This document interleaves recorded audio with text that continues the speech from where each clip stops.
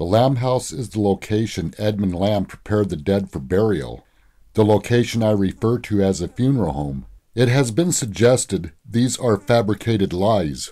It's also been suggested these were only rumors that came from older Carmel residents, and I used these unproven rumors to build up the story behind the Lamb House. I can tell you with much certainty, what these residents told me were not lies. We will present the evidence in this video that will show the Lamb House was what we call today a funeral home. When I moved into the Lamb House, I was told the original owner was a Carmel businessman who owned a horse harness and repair shop. He did shoe repairs as a cobbler and was a caretaker for the cemeteries. In 2018, I learned the man's name was Edmund Lincoln Lamb. I also learned he built coffins and was an undertaker. I had a meeting with an individual at the Carmel Historical Society to gather information about Edmund. For the first time, I was able to see pictures of Edmund and got a brief history of him and his businesses. I was told Edmund and his wife Hattie lived in the house we're in. He built the house around 1900, died in 1945. In 1947, Hattie sold the house to the Colsons. Hattie dies in 1947, not long after selling the house. Edmund did own the horse harness shop on Plymouth Road. The Historical Society member shows me a picture of the store. The first thing I noticed was the E.L. Lamb undertaking signs on the front of his store. When I first heard Edmund was an undertaker, I looked up what undertakers did. There were 3 levels of undertakers from what I could see, each level progressing over time.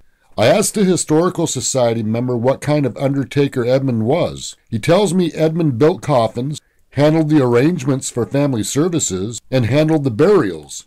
I asked him where he would place the bodies in the coffins. Surely he wouldn't do this at his store. He told me all of the arrangements were done at the family's home. The gentleman speculated Edmund built the coffins in the barn where he lived. I asked where the bodies were kept in the winter. Where was the winter vault? He said he didn't think Carmel had one. It's possible the bodies were stored somewhere else. That's when the barn scenario came up, but later I found the winter vault at Highland Cemetery. I was satisfied with the information provided and had concluded. Edmund lived in this house with his family around 1900 up to his death in 1945. He owned the horse harness shop, did shoe repairs in the same shop, and ran his undertaking business from the shop.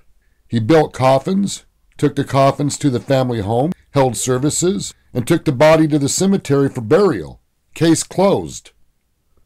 Or so I thought. As I'm doing historical research into the 1912 murder of Naomi Mitchell, there was something mentioned in the Bangor Daily News article that raised some questions. The July 26, 1912 article states, Sheriff White arrived from Bangor at 12:30 and directed that the body be removed to E.L. Lamb undertaking rooms in Carmel Village. The body of Naomi was taken to E.L. Lamb's undertaking rooms in Carmel Village. Dr. Lewis Robinson made an examination. County Attorney Thompson, Deputy Sheriff Garland, and Medical Examiner Neely of Bangor arrived later. An autopsy was held. Where were these undertaking rooms located in Carmel Village? When I raised this question, nobody had a clear answer. It was speculated her body was brought to the horse harness store. Maybe there was a back room Edmund used as an undertaking room. At the time, this sounded logical to me. I thought during this time, they didn't have facilities like we have today. This would make sense why the E.L. Lamb undertaking sign is on the front of the store. So we concluded Edmund had an undertaking room in this building. I made a video about this, the old undertaker's morgue, but more information comes up that contradicted what I was told about the Lamb House. In spring of 2018, I was invited to be a guest speaker at the Carmel Historical Society meeting to give a presentation about the investigations and my experiences with these encounters. A few Carmel residents heard I was going to speak at the meeting and attended that night. I'm talking about Edmund Lamb. He moved back to Carmel towards the end of the 1800s. He constructed the house by moving buildings to the lot on Maine Road. He lived in the house from 1900 up to his death in 1945. Then a lady who came to the meeting raised her hand. I thought she had a question, but she had a statement. But what she said raised a lot of questions I couldn't answer at the time. She said, in the early 1900s, Edmund Lamb owned and lived in the house they own.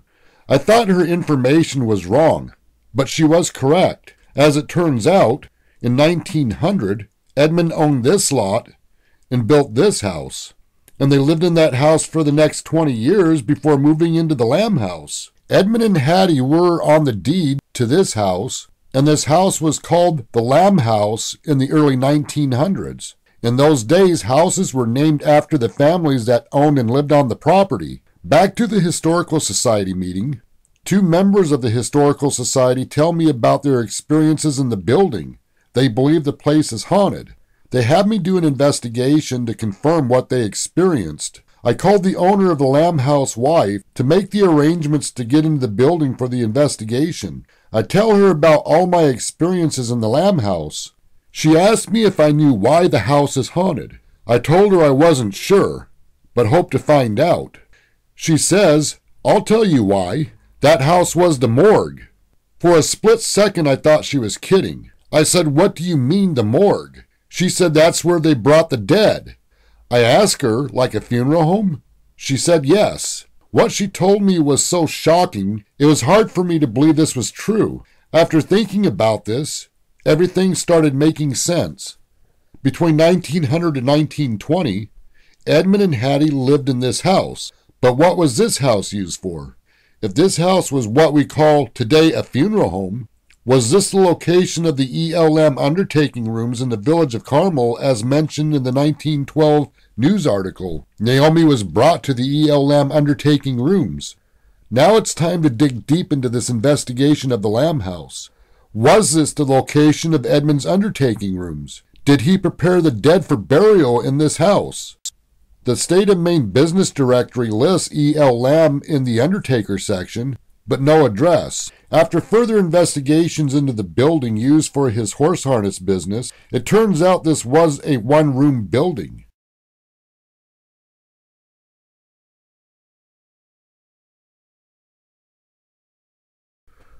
What kind of undertaker was Edmund that would require the use of undertaking rooms? I look into the history of undertakers from the late 1800s into 1900. What I find gives me a lead on what to search for.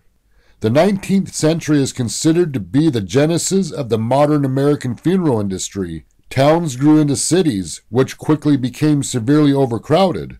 As local cemeteries ran out of burial space, the Rural Park Cemetery emerged. Located far enough away from the city required transportation. Coffin makers began to offer additional services like carriage rentals and hearse transportation to the grave. Over time, these coffin makers began to take on other duties of what is now considered death care. They offered mourning wear, burial clothes, flowers, preparation of the body, and coordination of the entire funeral service. These tradesmen began to refer to themselves as undertakers, for they were the people who undertook responsibility for funeral arrangements. The description of Edmund given to me by the Historical Society member, this sounds like the type of undertaker Edmund was. I dig deeper into research.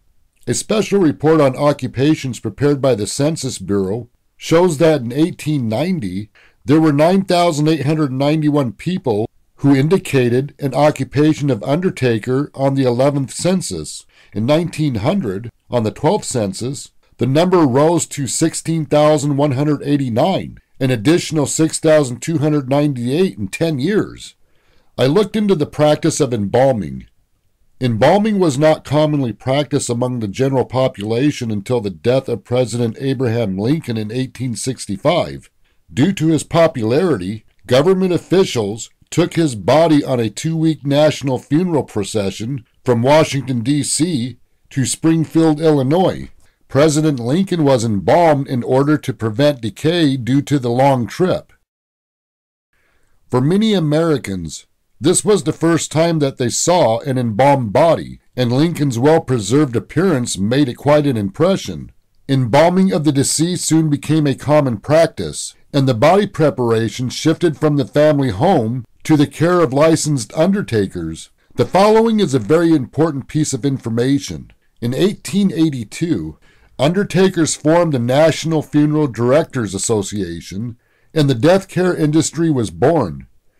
After the NFDA was formed, regulations for undertakers changed. In the 1870s, the dead were prepared in the family home for burial. Embalming took place in the home of the deceased.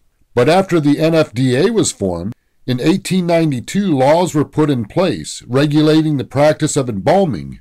Starting with Virginia in 1894, states began to pass laws regulating the practice of embalming. Virginia established a state board of embalming with the intent to provide for a better protection of life and health, to prevent the spread of contagious diseases, and to regulate the practice of embalming and the care of disposition of the dead. By 1900, 24 states had enacted similar statutes, regulating licenses and technical preparation necessary to practice the trade of embalming. Maine was one of the states that passed laws regulating licenses to practice embalming and also regulations where embalming could be done. Because blood is removed from the body and replaced with embalming fluid, for health and the prevention of disease, embalming the dead can no longer be done at the family home and could only be done at suitable locations approved by the Maine State Department of Health, and undertakers who provided the services of embalming had to be licensed by the Maine State Department of Health.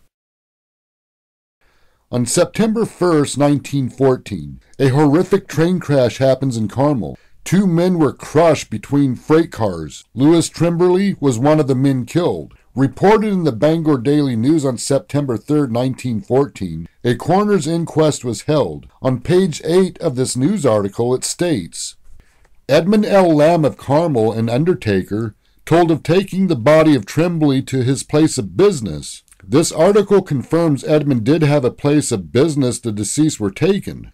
We know this was located in the village of Carmel based on the 1912 article of Naomi Mitchell. Reading the article about the train crash, Trimberly's body was literally crushed. Naomi's body was mutilated. Common sense tells us there is no way these bodies were taken to the public store. State laws would not allow this. Edmund had a place of business referred to as the undertaking rooms. These undertaking rooms could only be located at 2 different locations, the house he lived in between 1900 and 1920, or the house on Maine Road, what we call the Lamb House today. The only way to know which house was used for his undertaking rooms would be, did Edmund provide embalming services? If he did, which house was constructed in a way that would be consistent with Maine state laws? Did Edmund provide services of embalming? In the 1904 annual report for the town of Carmel, we found the town of Carmel paid E.L. Lamb $1.50 for formaldehyde. Formaldehyde is the chemical used to embalm the dead. This is the first clue. But did he use this chemical for embalming? A gentleman out of California has taken a great interest in these investigations. He has conducted a lot of historical research into the town of Carmel and Edmund Lamb. He flew in from California to hold meetings with the members of the Historical Society. Together we have done extensive research piecing together the lost history of Carmel. He sends me an interesting text message with a news article from the Bangor Daily News. In a nutshell, the article tells us a 9-year-old boy drowns at Etna Pond. The body was recovered. Coroner George Barrows of Newport was called and gave permission for the body's removal. Undertaker Lamb of Carmel was called. The body embalmed. 2 other men take the boy's body to the home where funeral services were held. This confirms Edmund provided embalming services as an undertaker. I cross-referenced the 1904 Carmel Annual Report, and with the 1904 Department of Health report, we find Edmund was licensed with the Department of Health to provide embalming services. Embalming could not be performed at the home of the deceased. By law, Edmund had to have a location approved by the State Health Department to perform embalming services. Edmund did have a place of business in the village of Carmel, identified as the E.L. Lamb Undertaking Rooms. Established by the NFDA, undertaking rooms had to be designed a specific way. These specifications were passed into law by the state of Maine by 1900. Regulations were as follows. No location, store, or place shall be licensed as an undertaking establishment where any other occupation is carried on unless the establishment, store, or place used for the undertaker's business shall be provided with a compartment or room completely shut off or capable of being completely shut off from other parts of the establishment, store, or place. The compartment or room shall have free outside ventilation and light, and its floor shall be constructed of or covered with a non-absorbent material and shall be connected with a sewer by approved sanitary drain. By 1900, such laws were passed in the state of Maine. To this day, these laws are still on the books. A funeral establishment in which the preparation of dead bodies take place must contain a preparation room equipped with tile, cement, or composition floors, necessary drainage, or proper disposal of waste satisfactory to the local health officer, ventilation and necessary instruments and supplies for the preparation and embalming of the dead human body for burial. Maine state laws in 1900. Edmund's store would not have been a suitable location to prepare the dead by means of embalming. For this reason, Edmund established a place of business in the village of Carmel known as the E.L. Lamb Undertaking Rooms. The only two locations Edmund could have established the undertaking rooms would be at his home they resided in, or this location, what we call the Lamb House today. The basement of the Lamb House construction was unusual for 1900.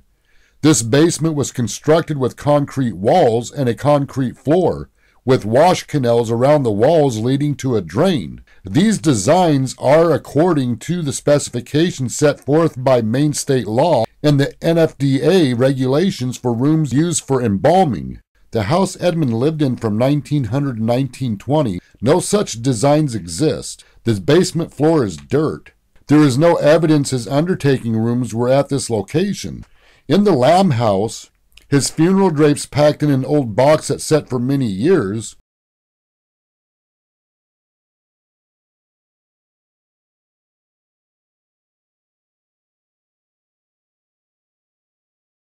an old sign E.L. Lamb, which was the name of his undertaking rooms. This sign is different from this sign. Was this sign on the front of the Lamb House indicating the location of his rooms? But there's one more piece of evidence that confirms the Lamb House was the location of these undertaking rooms. From the Bangor Daily News, January 28, 1902, page 10. The article states, "Some 3 weeks ago, a party of young people from the village," referring to the village of Carmel, "hired a team to attend a dance at Herman Pond. This sounds like a band was hired for the dance. While there, some party stole a valuable buffalo robe from the sleigh. Sunday night, this missing robe was left nicely bound up at Undertaker E. Lamb's rooms on Main Street."